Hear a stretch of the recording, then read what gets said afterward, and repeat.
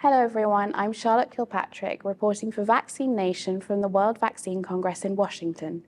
I'm delighted that today we're joined by Miranda Baxa from Economist Impact. Thank you so much for your time. Thank you for having me. To kick us off, would you kindly introduce yourself and your role within the organization? Sure. My name is Miranda Baxa. I am a consultant with Economist Impact in the health practice of policy and insights, and I'm also the research director of the Immunization Readiness Index, which is part of our vaccine ecosystem initiative. Fantastic. So you've mentioned the Vaccine Ecosystem Initiative, and you're joining us at the event to discuss the creation of a sustainable vaccine ecosystem. What do we mean by the word sustainable in this context, and what are you doing to achieve this or encourage it? Sure. Well, when we talk about creating a sustainable vaccine ecosystem, there are really two pieces. The first is to ensure that the systems have a sufficient foundation so that we can support immunization, not just today, but also into the future.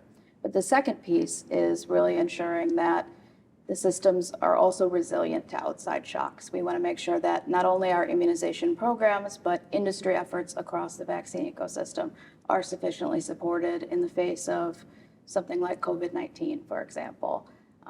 With COVID specifically, we saw a lot of weaknesses revealed within our routine immunization programs. And now UNICEF is reporting something like 67 million children who have not received their routine immunizations during the first 2 years of the pandemic. So we want to make sure that in the future, we are more resilient in the face of these shocks.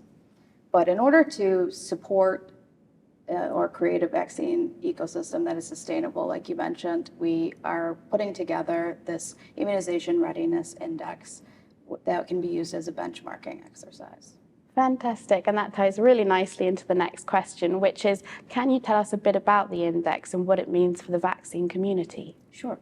So the Immunization Readiness Index is a measure of country-level readiness to harness the full potential of vaccines.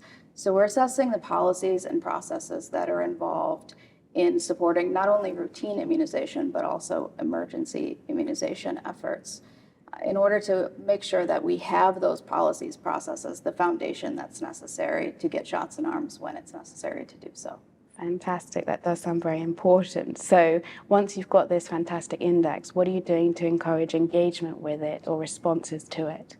Well, stakeholder engagement is a really important part of the work that we do. So part of it is having conversations like this at events like the World Vaccine Congress, but a lot of it is also speaking directly with key stakeholders within the ecosystem. So we've had some meetings with organizations like CEPI, Gavi, the International Vaccine Institute, but we're also taking this information straight to the source, so to speak. We're going to country level stakeholders, to policymakers, and presenting the findings there as well, and helping policymakers who are ultimately making the decisions about what will be done to improve immunization programs, and sharing the information with them so they can better identify where those opportunities lie. Absolutely. So you've sort of suggested that you're here on a mission.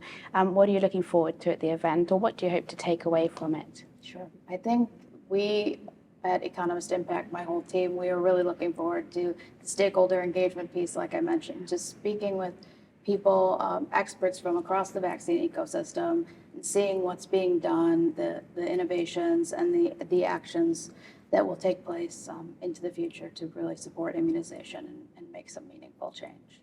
Lovely. Thank you so much.